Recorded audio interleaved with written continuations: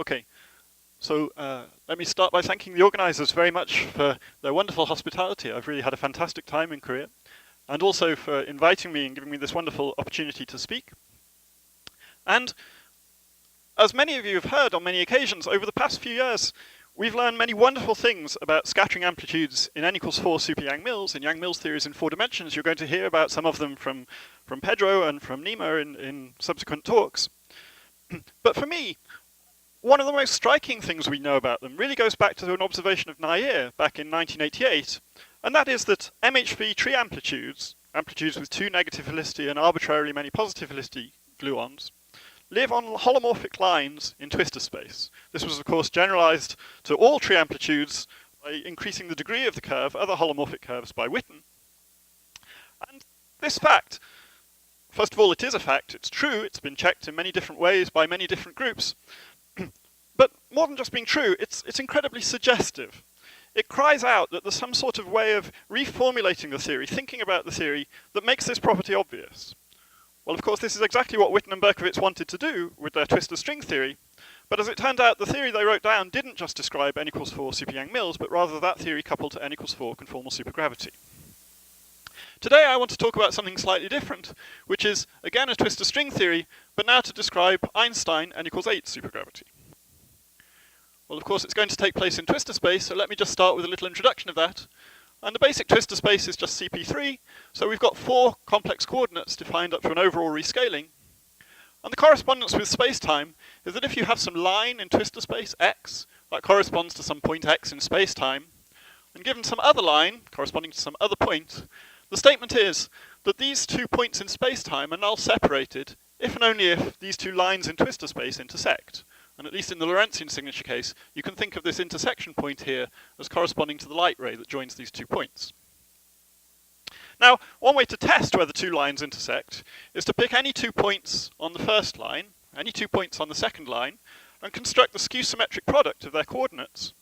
And this thing will vanish if and only if these 2 lines intersect each other, so that there's some linear relation among these points, and that means that this thing must be proportional to the metric distance between the 2 points, which vanishes when they're null. However, because our coordinates are only defined up to an overall rescaling, if this thing isn't 0, its actual value doesn't really mean anything, because we can rescale it to be anything we like. So in other words, just knowing what I've told you so far, there's no way of fixing the conformal factor in front of this metric. If we do want to pick a particular metric in the conformal class, we need a little bit of extra data, and the data that we need goes back to something that Penrose pointed out back in the 1960s, and it's known as the infinity twister. It's just some skew-symmetric 2-index twister. In the simple case of flat space-time, this infinity twister actually just corresponds to some other line in twistor space. And because it's some line in twistor space, it must be some point in space-time, and it gets its name because the point it corresponds to is exactly this point here at space-like infinity in the Penrose diagram. Correspondingly, any line which intersects this is some point which is null separated from space-like infinity. In other words, it's some point on scry plus or scry minus. Now, the infinity twister breaks the conformal invariance. We only allow conformal transformations, not general conformal transformations on CP3, but just those ones that fix this infinity twister. But it also allows us to write a particular metric, because I can now contract the coordinates of my 2 points on each line with the infinity twister to obtain this angle bracket that just corresponds to the lambdas of the normal particles, and divide my skew-symmetric 4 bracket by 2 of these infinity twister brackets. Okay? Now, of course, this is well defined under rescaling of any of the coordinates. And the important thing to notice here is that because this thing is a metric, because it's a length squared, this infinity twister, which appears downstairs twice, is setting a mass scale for us in the theory.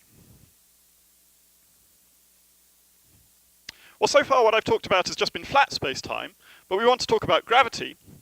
And since once we know where the holomorphic lines are in twistor space, we know where the light cones are in space-time, if we want to deform these light cones by turning on gravity, that means we're going to have to deform the complex structure of the twistor space. So we change what we think of as holomorphic objects. Change the d-bar operator, if you like, to first order just like this. However, if you just make an arbitrary deformation, you make any old deformation of the complex structure in the twistor space, you'll break this infinity twister. Your twistor space simply won't support an infinity twister anymore. And that will correspond to going out of the class of solutions of Einstein gravity and turning on conformal gravity. if you want to have a metric on the corresponding curved spacetime that's vacuum Einstein, then what these people showed was that V, this deformation, can't be any deformation, but it has to be Hamiltonian with respect to the Poisson bracket built out of this infinity twistor. Okay. I should point out that precisely because the original twistor strings of Berkowitz and Witten didn't know about this infinity twistor, they didn't know about these Hamiltonian deformations, if any type of gravity ever emerged in those theories, it was always going to be conformal gravity. And of course, that's exactly what happened. In order for this to be a vector field, because these two derivatives here scale like -2 under rescalings of z, this function h, the Hamiltonian function as it were, has to scale like weight +2, and that's exactly, at linearized level, what corresponds to the twistor wave function of a positive helicity graviton. If we extend, as we're going to, our twistor space to have 8 fermionic directions, then this positive helicity graviton sits in a multiplet which extends all the way down to the negative helicity graviton, the usual on-shell n equals 8 supermultiplet.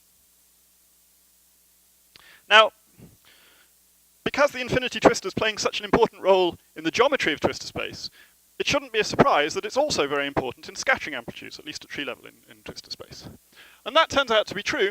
You can easily show that if you write scattering amplitudes on twistor space, then if you have n external states, you're studying a G-loop amplitude, and if we're just talking about gravitons, suppose you've got n plus of them with positive helicity and n minus of them with negative helicity, then the twistor space amplitude has to have exactly this number of powers of the infinity twistor with upstairs indices, which I'll write as square brackets, and this number of powers of the infinity twistor as downstairs indices, which I'll write as angle brackets. That's exactly what we saw before. Okay, you just raise and lower these indices using the 4-index epsilon symbol. Now, the easiest way to understand this scaling is just to recall that, of course, in gravity, the Newton constant has dimensions, and an n-particle G-loop Feynman diagram will come with precisely n plus 2g minus 2 powers of the Newton constant if we canonically normalize the fields. In twistor space, each kappa must be accompanied by an infinity twistor because that's the only thing in twistor space set a mass scale. So since this thing's got dimensions of mass, it must come along with the infinity twistors. So we need a total of this number of powers of the infinity twistor, and under parity, these two types of infinity twistor are exchanged. So we need the total number to sum to n plus 2g minus 2g, and we need the two numbers to be flipped by parity, and that's exactly what we have here. Now, as an example of this type of scaling, we can already see it in momentum space by this completely remarkable formula for all n-particle MHV tree amplitudes in gravity that was discovered by Andrew Hodges. If this is the first time you've seen this formula, what you're supposed to take away is just this, that there it is, that's the entire amplitude. Normally, in any other theory I know for n-particle scattering, what people typically do is write down one expression which has some ordering property or some property, and then sum it to make it permutation symmetric over factorially many permutations of the particles. This expression is permutation symmetric all by itself. You don't need to add on anything. This is the complete amplitude.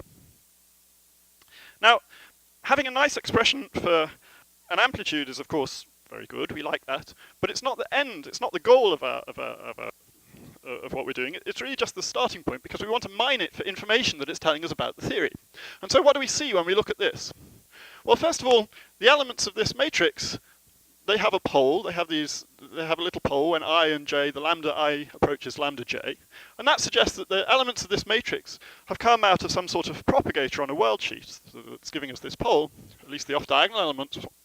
The fact that it's a determinant suggests that this is some sort of correlation function of fermion bilinears to give us this determinant.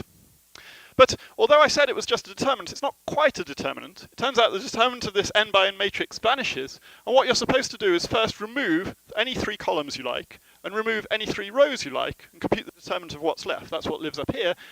And that's very reminiscent of having a world sheet that's got some sort of residual symmetry, so that we have to treat some vertex operators slightly differently to others. Okay. And it's clear that this factor here has got something to do with some sort of Jacobian that we've paid the price of for fixing this symmetry.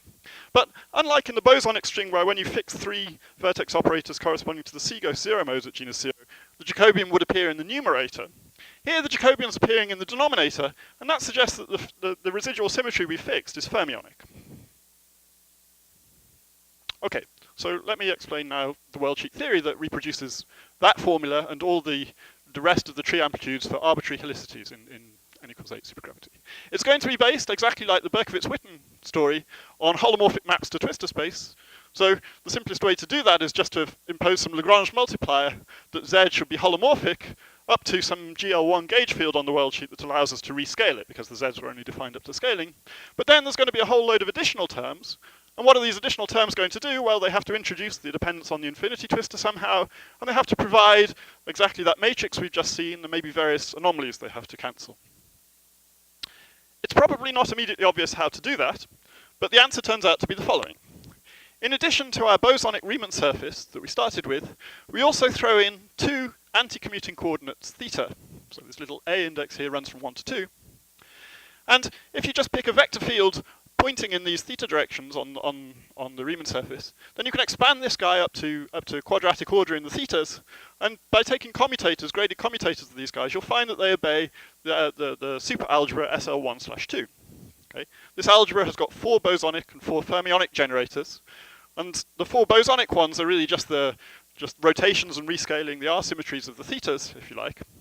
And what we're going to do, of course, sitting inside here, there's an overall rescaling of the thetas GL1, and we already had an overall rescaling of the target space coordinates. I'm going to twist this GL1 by the GL1 we already had. In practice, what that means is that you can just think of the thetas as well as having conformal weight minus a half, just like they do in the RNS string. They also have charge 1 under the same rescaling as acts on the twistors. That's really all we need to do. We then just extend all the fields to supermultiplets in this theta sense. So we've got some matter field here. So I here runs over the target space directions of the Twistor space. There's 4 bosonic and say n fermionic directions. And then we've got some ghost multiplets and some conjugate anti-ghost multiplets. After gauge fixing, the action looks as simple as you could hope for. It's just something that says this map here is holomorphic and some simple action for the ghosts. And there's a more or less standard form of the BRST operator. But the important thing to notice is that this BRST operator here depends on the infinity twistor. These angle brackets denote the infinity twistor. That's why this model is going to break conformal invariance. This BRST cohomology knows about the infinity twistor. Well, I've written down a chiral gauge theory. I only had d-bar operators on the world sheet, so there are all sorts of potential anomalies. But you can easily check that they all cancel precisely if the target space has 8 fermionic directions, n equals 8 supersymmetry. Okay? Unlike in the Berkovits-Witten twistor string, that doesn't just cancel between the target space itself, where n was 4, but we have additional contributions to the anomaly from the ghosts, and these additional contributions mean that we exact get cancellation when n equals 8. As well as the potential anomalies, we also have some zero modes to count, because some of these fields have got charges. And the first set of fields that have zero modes are just a map. Generically, they've got d plus 1 minus g zero modes, and this is exactly the same number of zero modes as they had in the Berkovits-Witten twistor string, and exactly as there, it just leads us to a selection rule telling us that the allowed helicities that we're scattering just are supported on certain degree curves given by this formula. But some of the ghosts and anti-ghosts also have zero modes. In particular, the gamma ghosts have zero modes, and the number of gamma zero modes that they have precisely corresponds to n minus the number of square bracket infinity twistors we wanted in the formula. So again, the sort of residual symmetries seem to be telling us about the number of square brackets we want in the formula. Similarly, there are some anti-ghost zero modes corresponding to some sort of fermionic moduli of the theory, and it turns out that there are d of these, and that turned out to be, if you trace it back to the formulas I had a few slides ago, that turns out to correspond to exactly the number of angle bracket infinity twistors we wanted in the formula. We can also compute the central charge, and again, it turns out that when n equals 8, this model has 0 central charge. You can also check all the sort of mixed anomalies, they also vanish when n equals 8. So, the worldsheet theory as I've presented it so far is some central charge equals 0 CFT. But as far as I know, it's not a topological quantum field theory. I haven't been able to find any sort of operator such that the stress tensor is BRST exact. And so it seems like, to make it an honest string theory, we need to introduce worldsheet reparameterization ghosts in the usual way.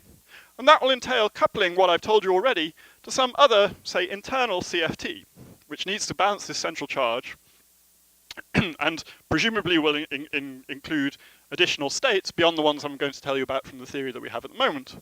I don't know what the right choice of CFT is. There may well not be a unique choice. There may be many choices. And it doesn't matter at tree level, but of course it's presumably going to be very important once we get to higher genus. So the vertex operators you can form more or less as in the RNS string. There's something that fixes both the C-ghost zero modes, the gamma-ghost zero modes, and is made up with some matter field. And exactly the properties of this matter wave function turn out to be exactly a Hamiltonian function that we already saw in the deformations that we wanted to be Hamiltonian with respect to the infinity twister. The integrated vertex operators follows in the usual way, and exactly they involve these Hamiltonian vector fields. Remember, these square brackets means the infinity twister, together with some sort of superpartners. There are also some picture-changing operators associated with the fermionic moduli, which look like this. Okay, but then the statement is that you just compute the correlation function of this in exactly the usual way. We insert 3 fixed vertex operators that are completely fixed, however many we need to soak up the remaining gamma zero modes, all the rest for however many particles we're scattering, and then the right number of picture-changing operators to excuse me, can I get a glass of water, please? To absorb the fermionic moduli. Well, it turns out that the picture-changing operators decouple from the rest of the theory. You can compute their correlation function separately. And although it appears that these picture changes depend on their insertion points, in fact, you know that with picture-changing operators, moving the insertion points is a BRST exact thing to do. So the answer you get when you compute this correlator can't depend on the insertion points. And in fact, Freddy Cachazo showed that what it really is something known as the resultant of this map to Twistor Space, the lambda components of the map to Twistor Space. Just to remind you about resultants, they're kind of a generalization of discriminants. A discriminant, if you give me a polynomial, a discriminant is a further polynomial that I will construct out of the coefficients of your polynomial, and my discriminant will have the property that it will vanish if and only if your polynomial has a repeated root. A resultant is a generalization of that. Now you hand me 2 polynomials, and the resultant is some polynomial I construct out of the coefficients that vanishes if and only if your 2 polynomials have a shared root, have a root in common. In our context, for the lambdas, that means that there's some point on the world sheet that obeys, for both lambdas, lambda of this point is 0. In other words, that means there's some point on the world sheet which is mapped to this line lambda equals 0, which is nothing other than the line at infinity, this infinity twister line. So this resultant vanishes if any point on our world sheet maps to infinity. In other words, it's telling us the scattering amplitude sort of does its interesting stuff inside infinity. That's where the conformal invariance is, the conformal breaking is coming in. The rest of the correlation function of all the matter vertex operators, I won't go through the details, but it precisely gives a world sheet generalization of this Hodges matrix, where we now remove many, many rows and many, many columns, just depending on the degree, and we pay a price of a Jacobian of the zero modes of the gamma ghosts.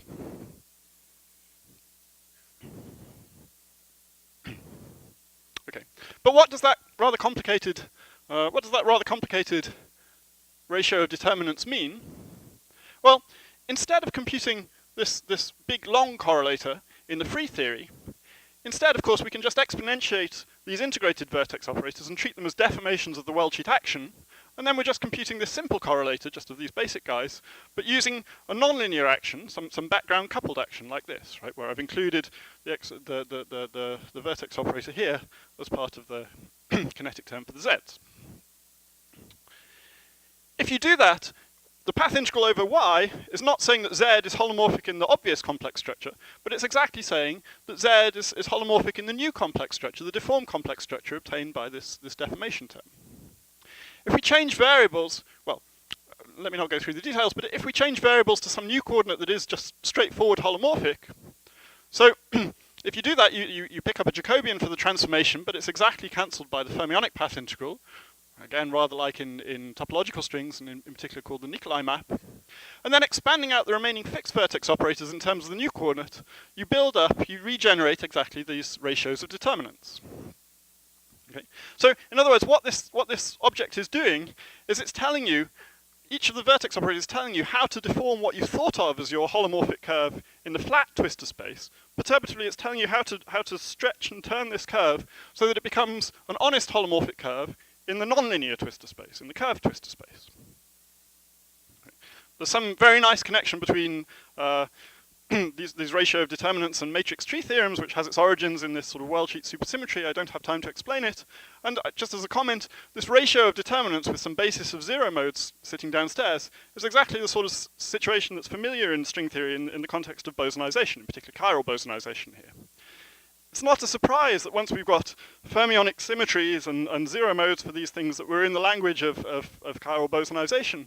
But I think it is quite remarkable that that's sitting there, that whole structure is sitting there already for tree amplitudes just in n=8 supergravity, what we thought of as a field theory.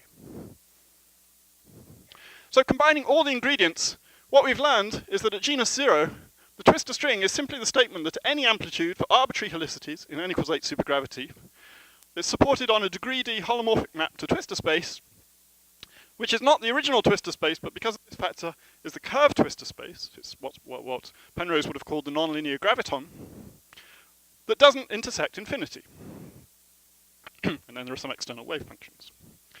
This formula was presented actually at the previous strings meeting by Freddy Cacciazzo. It was very hot off the press at that time, and it's indeed a correct formula for all tree amplitudes in n=8 supergravity for reasons that Freddy reviewed in that talk. But the progress that we've done today has been, apart from understanding this formula more geometrically, we found a quantum field theory that reproduces it for us. Okay, so I don't know how much time I have, but let me conclude anyway. So I've presented a holomorphic twistor string theory that computes the classical S matrix of maximal supergravity. It definitely needs n=8 supersymmetry as the target space. And it describes exactly the n=8 supergraviton multiplet as you would expect. And geometrically it's very beautiful. Its deformations are precisely correspond to the deformations you would have expected from the old story of the nonlinear graviton going back to Penrose and to Atiyah, Hitch and Singer. There are many, many open questions. I told you that we needed some internal C=26 CFT, which presumably has some other states associated to it. It will be very interesting to see that, unlike in the case of Witten and Berkovitz, where the conformal gravity already corrupted the Yang-Mills even at tree level, because even at tree level, you found even at genus 0, there were contributions there which corresponded to multi-trace terms at tree level in Yang-Mills. So for example, two disconnected Yang-Mills trees joined together by a graviton propagator. Here, at tree level, the correlation functions are just fine if we only scatter the states that we know about, but these extra states will presumably play an important role in higher genus calculations. I don't think that's a surprise. You might well expect that if you want to turn n=8 supergravity into a string theory, you need to add some more states. It'll be interesting to see how that happens in the twistor space. The theory I've said, if we concentrate on degree 0 maps, it just reproduces self-dual n=8 supergravity, which is also the same theory that the n=2 superstring in the old days also corresponds to. It would be very interesting to understand better, or at all even, the relation of this theory to that one, in particular because the sort of covariant n=4 topological framework of this theory introduces some variables which are exactly these lambdas, the completion of the space-time to twistor space. And a sort of orthogonal direction in which much progress has been made recently has been thinking of gravity in some sort of slogan as gauge theory squared. That might happen, as in the KLT relations, either at the level of the amplitudes, or as in the BCJ relations at the level of certain diagrams that contribute to the amplitude. What I've said here has really been sort of orthogonal to that, but it's very interesting to note that there's an equivalent way, non-trivially equivalent, but equivalent nonetheless, of writing the amplitudes in twistor space, the n=8 amplitudes in twistor space, which was found last year by Cacciazzo and Geyer. And this way exactly makes use, I mean, it was constructed to make use of this correspondence. Well, I won't carry on and go through this list, but there are many other things we could think about trying to do with this, just from following our noses, if you like, corresponding to some of the things that emerged from the original twistor strings and the progress that's led to in Yang-Mills. So let me stop there. Thank you.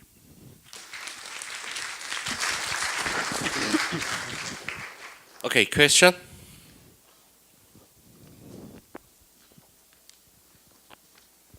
Are there analogues of D-branes in this theory, and if so, what's the relation of that with the CP3/4 twister? The theory as I've presented it is a closed string. It's Right. living on a compact sigma. I haven't looked whether there are boundary conditions, but it is chiral model at the moment, so it will take quite a reformulation to put some D-branes in there. I don't know that there's any simple relation to the original n equals 4 type twistor strings. I hope there isn't.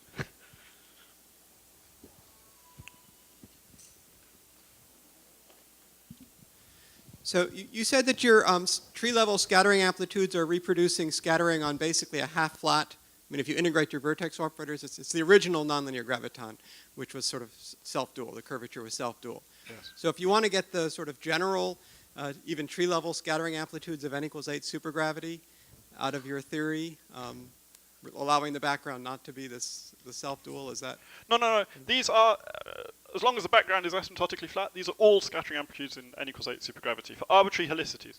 The self-dual ones would correspond, if you like, to just turning on a coherent background of one of the helicity types of the gravitons, say the positive helicity type. What I'm saying is that you can think of... I mean, you have the integrated vertex operators give rise to the nonlinear graviton. So yes, but the degree of the curve tells you how far away from the self-duality you are.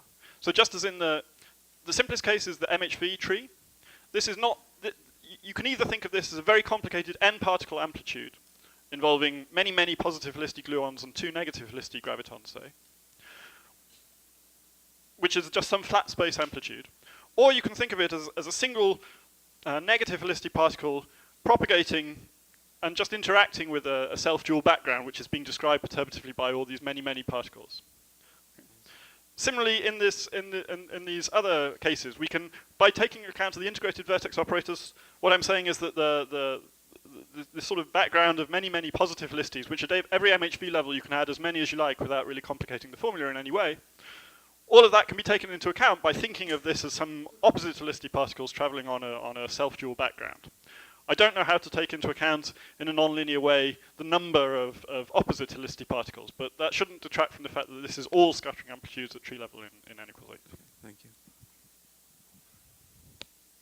So I presume this n equals 8 supergravity is the Poincaré n equals 8, not the gauged one. Very good. So the infinity twister I spoke, so the short answer is yes. The infinity twister I spoke about, it was degenerate. It was a bosonically it was a 4x4 matrix that was 0 everywhere except in a little 2x2 block where it was antisymmetric, and that was the one appropriate for flat space-time. If you want to turn on a cosmological constant, then the lower 2x2 block of this matrix turns on in a way that's proportional to the cosmological constant. But now, if we're on a super twistor space, then this should really be a graded antisymmetric, rank 2 twister that's the super twister. And so we can even think about turning on some non-zero components in the fermionic directions. Well, because it's graded antisymmetric, those things have to be symmetric, and they then provide you with some non-trivial metric on the R-symmetry group, and that then turns into the story of at least some of the gauge supergravities. This story was first written down by Martin Wolf a few years ago.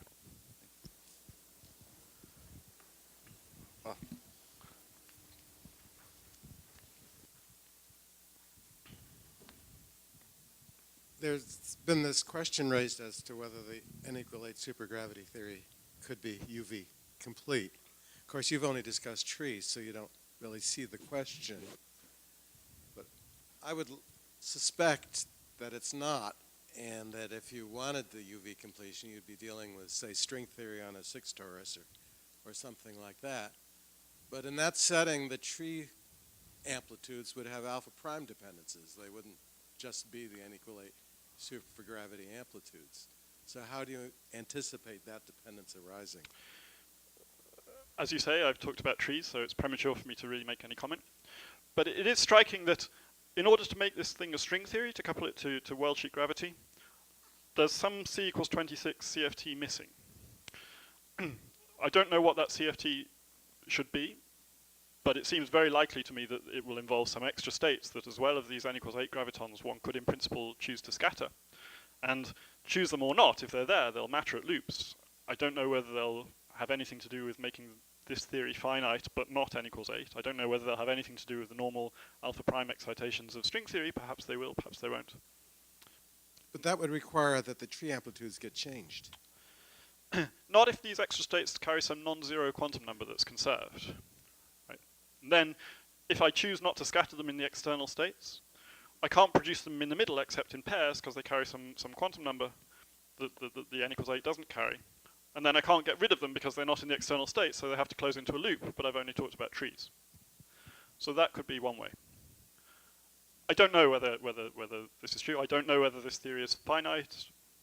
I think it's a fascinating question. I don't know the answer. Okay, so let's thank speaker again.